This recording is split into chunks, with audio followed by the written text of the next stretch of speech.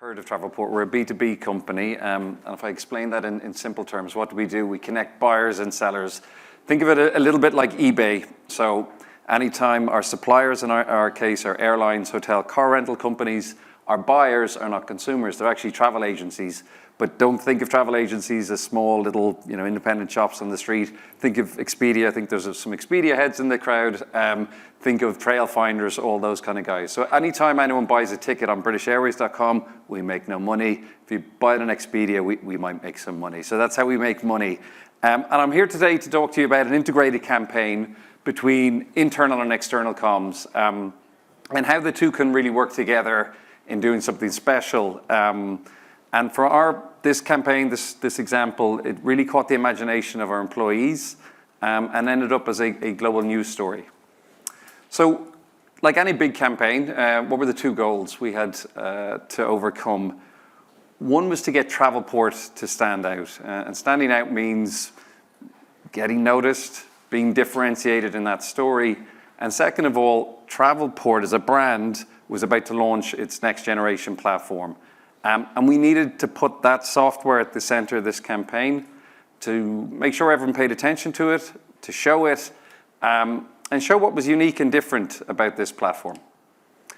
The challenge is we looked and sounded and just looked like everyone else. So we're in here somewhere, it's a bit of a case of where's Wally? We are a little teal logo in there, but if you took the logos and the palettes away, we looked and felt exactly like our competitive set. I see a couple of nodding heads because you might all be in a similar position where you look and sound very similar to your competitive set.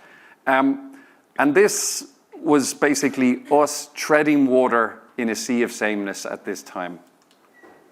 The other challenge we had as a brand in Travelport was essentially, it didn't have a very good heritage story. It was a set of acquisitions. It was a parking lot of old brands. And when we did our research and looked at the analysis, what we found was the awareness of Travelport was about the same as some of the brands we had actually acquired over the last 10 years. One other big challenge was genuinely we didn't have that differentiated story. So when we talk about positioning, if you position as all things to all people, you kind of end up like this. Last place, because you're not known for anything. You're trying to tick box, oh, we can do this. Those guys are saying that, let's say that too. So we had no positioning strategy. And we were all in almost every single attribute that we measured for a brand and a product, we were in last place against our two big competitors. So the market perceived us incredibly poorly. The other aspect, and it was nice to hear people talk about culture here today, was that we were a very different business back then. We had that kind of horrible corporate professional feel, right? That, everything needed kind of top down, everyone needed to act professional and sound professional. And this isn't a stock photo, by the way. This is actually our senior leadership team at the time. And that's what top down, very proud bunch of people looks like. So we were lucky. Around about this time, we had a new leadership team that it came into our organization. Very different mindset, very focused on culture. And we had this opportunity with the shift in culture that would enable us, with that kind of groundwork, to be able to do a bit of a brand refresh before we launch this platform, which I'll talk to you about in a moment. So very much Travelport at that time, slower moving, complex, corporate enterprise, cultural overhaul, totally required. And Anne's going to cover that in a little bit, how we got our people involved and how the culture changed. And one last thing. A few people have mentioned COVID. If you're in travel, COVID was, it was something else. Everything ground to halt for a bit. This is one of my favorite pictures. Anyone guess who that is? That's Naomi Campbell. That's the supermodel. That's how she was traveling at the time. So travel had a bad name for itself, even though people were jumping on flights. That's how they were preparing. So all of these things in terms of just even operations, how we're going to launch this campaign with COVID running around, how we're going to galvanize our teams that have been put on furlough, huge challenge as we started coming into where this campaign was going to end up. But against all those headwinds, we invested, like in any good business, we invested in the research to try and figure out what was the issue, what was the things we needed to understand, what were the things we wanted to position to our customers, and what were the things our industry could do better in future. So first up, travel, you'll still experience it, no matter how good our tools are and others' tools are. It's a very complex and time-consuming purchase experience. In the research that's been conducted, people go to 30 different websites before they finally book a trip. So that's over 30, right? So that's a lot of grunt work for something to do, to buy something that you actually really want at that time. The other thing is that people, they love to travel. You all love to travel, I love to travel, but you hate, and people hate that booking experience. So many options, so many screens, so hard to make changes when something goes wrong. So it was creating this chasmic experience gap. So this was going to be the story we were going to play on in this campaign. And this was regarding the end consumer, really. This is what the end consumer was talking about. But what we were able to communicate to our B2B customers was that if we can provide better retailing tools so that customer experience gets better, you guys will win, because customers, they'll love that. Now, as a B2B, so that's the consumer research. This is just sharing a bit of insights from our own buyer behavior. So when we go out to B2B businesses, what's important for us to position on? And I showed you attributes earlier where we were in last place, but it doesn't actually clarify which of those attributes are the most important attributes if you want to move the dial on people actually buying or using your product. So our new platform, Travelport Plus, it was going to make travel easier if we position on two core things.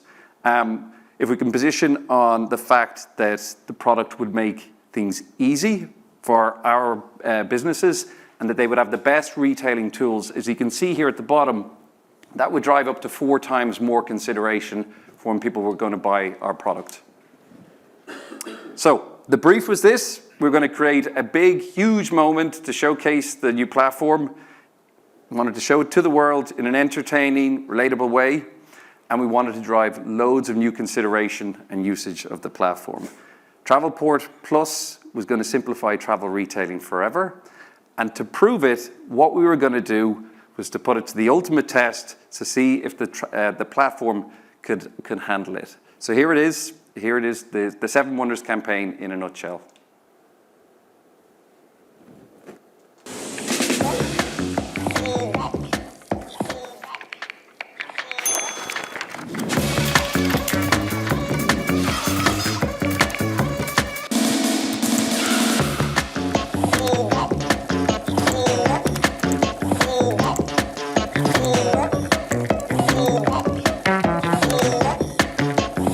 This is going to be insane.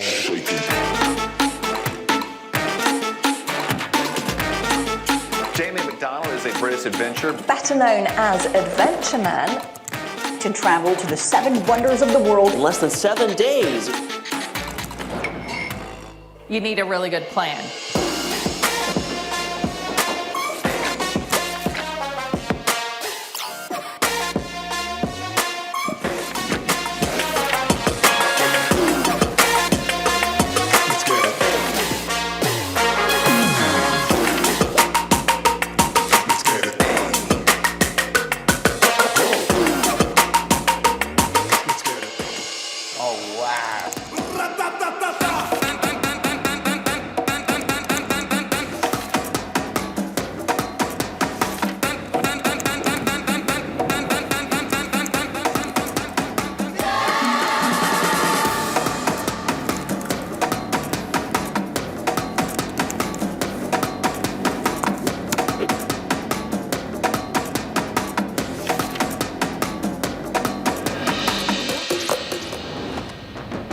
We've done it, have we? We've done it, Jamie. We've done it? Under 7 days. Under 7 days. Come on! A new Guinness World Record has been set. Get in there.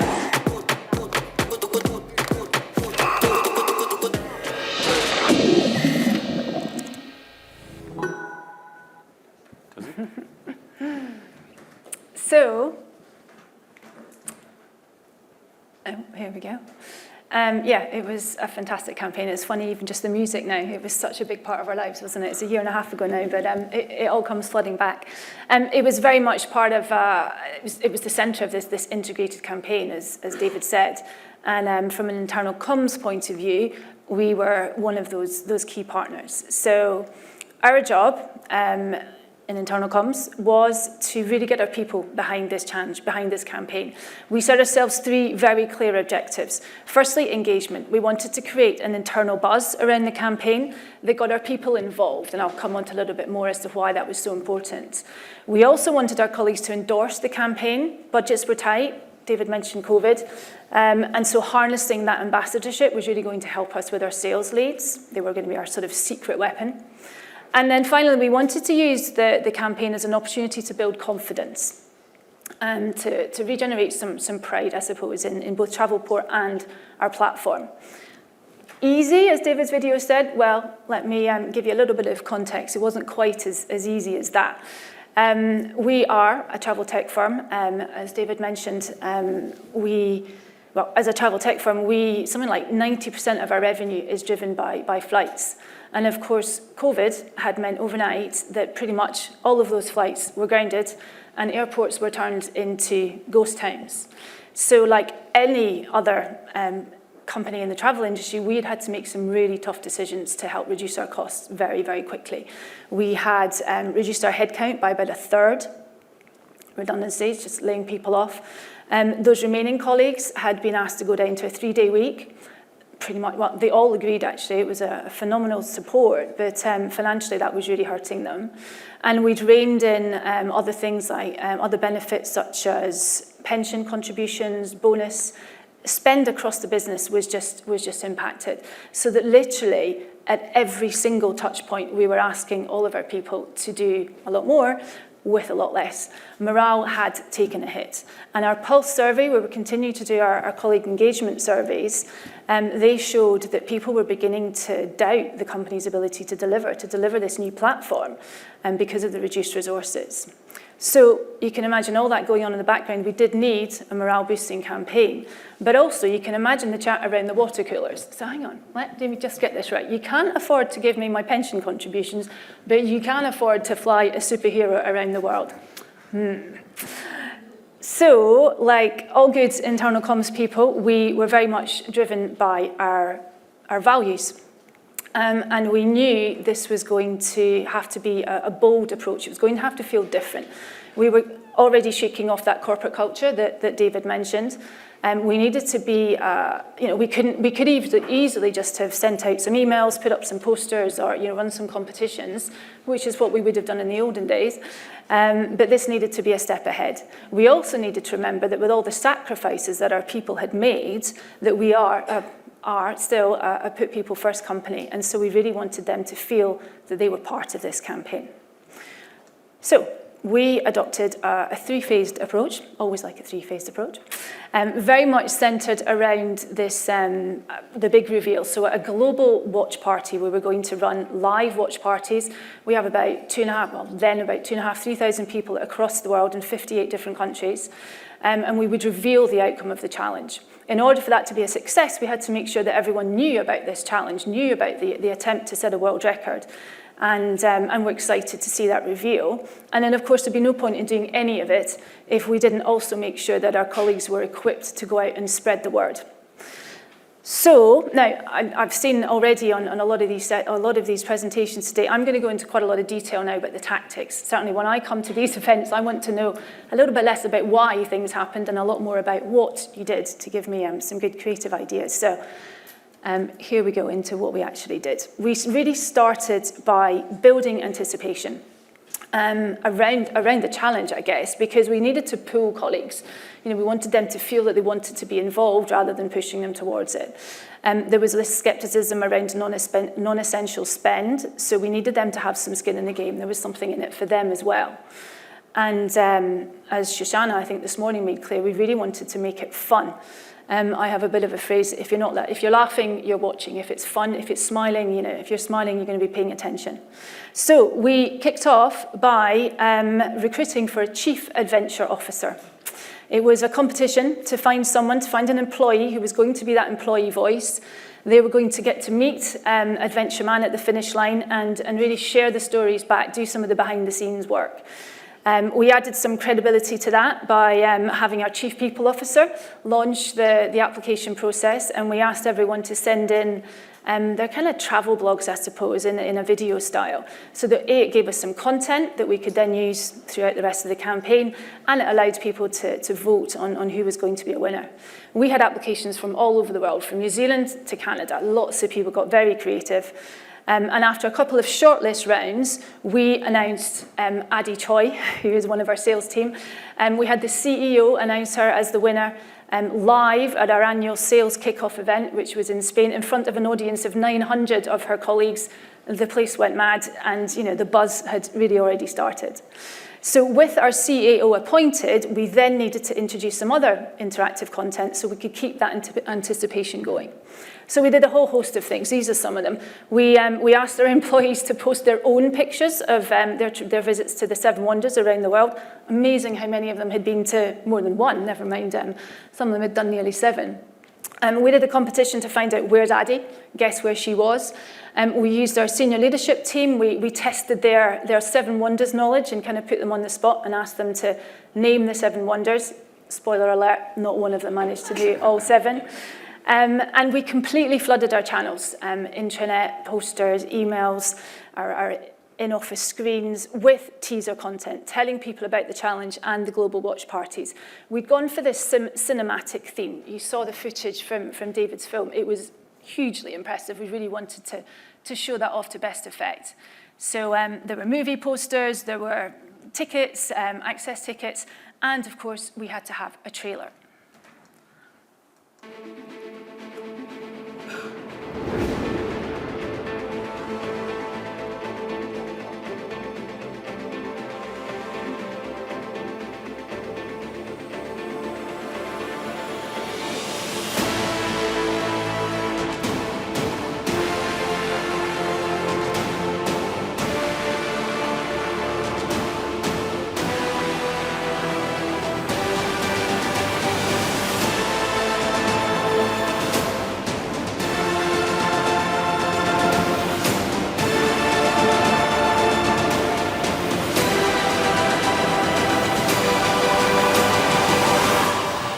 I don't even know. Where are we going to next? Is it Machu Picchu? Woo!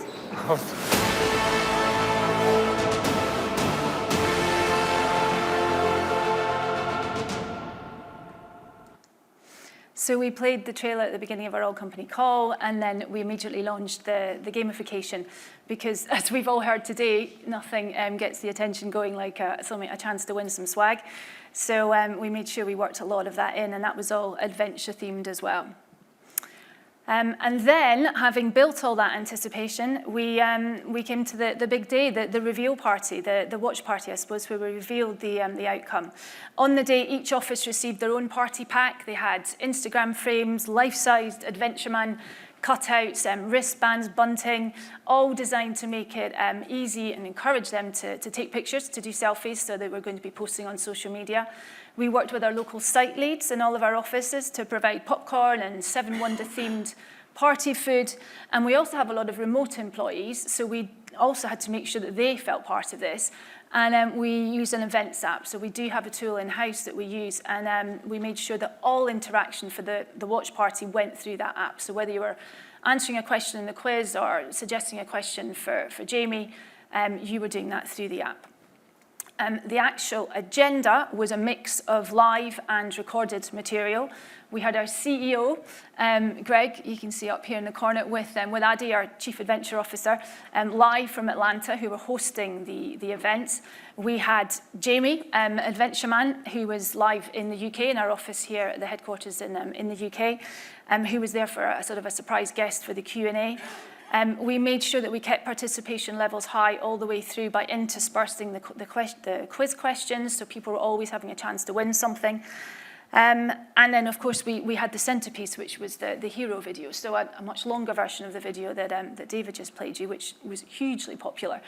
And once we'd revealed the successful outcome, because he did, as you saw, make the Guinness World Record, we had our Chief Product Officer talk to the technology that was behind the record attempt. So we're always tying back to those business messages. It really, it was obviously a huge success. We had over 70% of colleagues join the watch party, whether in an office or remotely. 63% of them were active on the app, and the chat was awash with selfies and comments and pictures.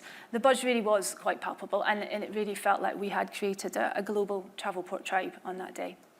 So the final part of the campaign was to make sure that we'd harnessed that buzz and turning it into endorsement and sales. So we had a number of different things. We had an intranet page which collated all of the content, so it was easy for colleagues to go and find. Gamification, we had sales leaderboard challenges, the different regions competing against each other as to who was going to get the most sales leads, who was out there downloading all the sales materials. Our Chief Adventure Officer did a weekly blog, Wednesday Wonders, I think we called it, sharing her behind-the-scenes stories.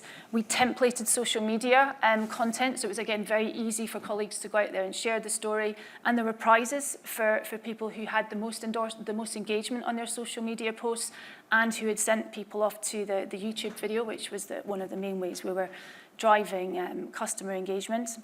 And then we also created these permanent office displays, so memorabilia from the challenge. You can see Jamie's costume there, and of course the all-important Guinness World Record certificate. So, results. A resounding success. We internally, all the activity that we ran generated over 100,000 impressions. And we really did translate that buzz into some tangible business results. Our sales team, as I'd said, had been downloading content, and we'd seen a record number of downloads, about 30% increase compared to normal.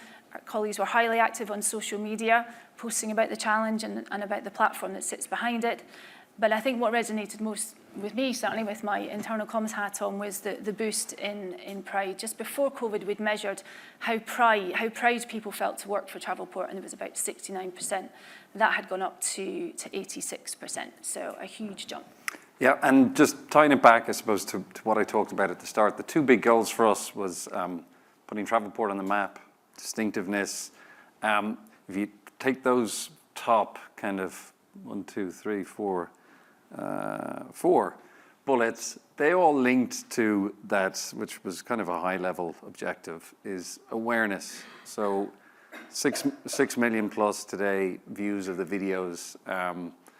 The media reach was phenomenal because each of the countries from China, China's CCTV, is their equivalent to BBC, ran with the story. All across the world, each of those large kind of broadcasters ran from the States back across to China. Huge amount of articles written about it from the BBC to Lad Bible.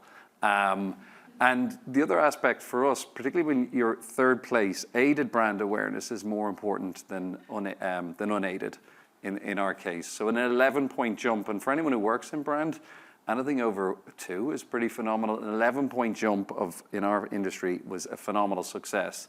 And those 2 bits I mentioned to you, easy and retailing, the things that actually you want to be known for in terms of perception and positioning on, they jump 4 points, which again, anything over about 1 to 2 year on year, because brand is the long game, is a huge difference.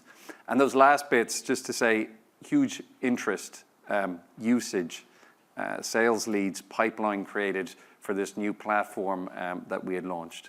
So with that, if anyone would like to find out some more information, you can always go to the webpage and look at some of the materials and look at the videos and things like that. And that's it.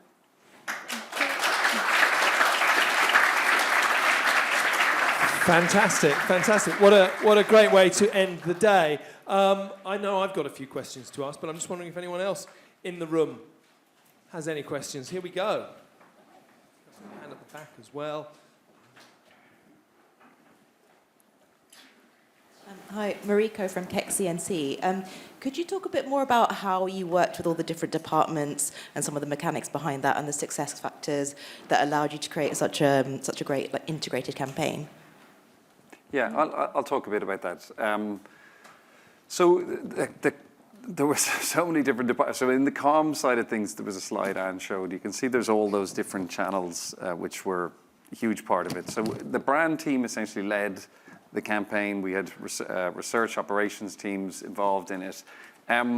Simply put, there was probably three key stakeholders outside of in the CMO, the marketing organization. That was Anne's team and internal comms, and the other side was product and technology. So they were probably the big three key stakeholders.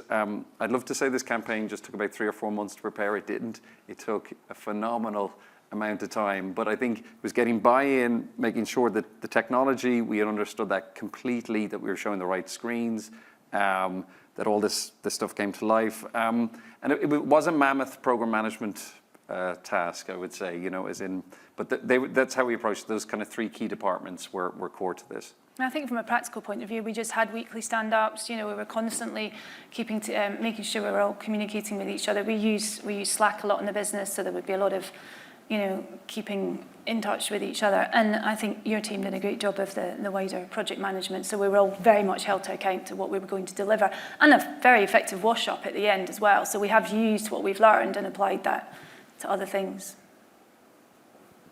Okay, fantastic. Any other questions? I think there was a hand at the back. Did I just imagine that? Maybe I saw the tripod. I thought that was it.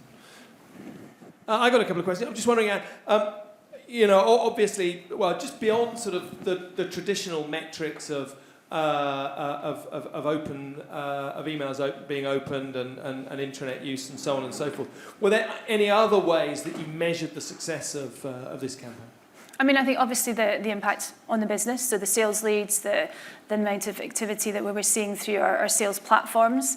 But the app, the events app that we used was a huge amount of, gave us a lot of data, a lot of measurement. And we began asking people to post their content in the sort of 2-3 weeks to the run up to the watch party. So just seeing that engagement build was a really good, effective measure. And I mean, just people talking about it, the fact that we still have people today actually who get involved with Adventureman cutout, and he gets dressed up for every different season. So if there's a Christmas party, you'll find him as an elf. If there's a St. Patrick's party, St. Patrick's Day party, he's got a pint of Guinness in his hand. That people have they really love the fact that Travelport achieved this, and really took to Jamie. Jamie also fundraises, so he's a charity, I suppose, in his own right. And we did also solicit donations for as he was doing this challenge, and he shared a fantastic video, which again, really meant something to colleagues, where he took the check that he from the money he raised from this trip. To the boy that he supports, the young lad that he supports, who has got a host of different difficulties, and again, colleagues just felt really proud of that. I suppose it really connected it to them. Okay, fantastic, thank you. A question though for you this time, David. We organise awards events. It's just a single event in a venue. There are still things that go wrong sometimes. We had a ceiling collapse about half an hour before 700 people were about to arrive, as something like 10,000 gallons of water poured through it at the Hilton one year. This is just crazy, going completely around the world in different time zones, in all sorts of countries. Did anything go wrong? And B, that you can tell us. Yeah. And B, did you have any contingency plans in case things went wrong? How did you plan for things going wrong? We didn't really on the contingency, because I think you break the. I mean, my job was on the line basically with this, but there's plenty of people in marketing who've been fired for taking no risks. So I just thought we'd take a risk on this one. So, he either had to break the record, and this was our campaign, or we were going to spend a lot of time and effort on something that wasn't really going to work. So we didn't have a contingency. A couple of the big challenges was, first of all, just even the story that had to be told. When we did our research and looked at other campaigns and companies that did it, it's much easier if you're Jean-Claude Van Damme doing the splits between 2 Volvo trucks to see 2 Volvo trucks. B2B software in the background and bringing that to life on a software company without a physical product is harder. So trying to make sure that we didn't lose the sight of our product, plus the fact that we're using an influencer, Pride of Britain winner, who was how do you make sure that we don't get written out of a story and that people just say, well, did you see that thing that Jamie did? So that was core kind of making sure that that happened. And other just practical things. It did happen just at the end of COVID, and people kind of forget Europe kind of changed very quickly. We all went back to normal. China was still in lockdown. We sent Jamie, he had to go for 2 weeks of lockdown before he started. The clock started ticking when he stepped foot in the Great Wall of China. So to get around it, we had to send him to a quarantine to a hotel for 2 weeks beforehand with a camera crew.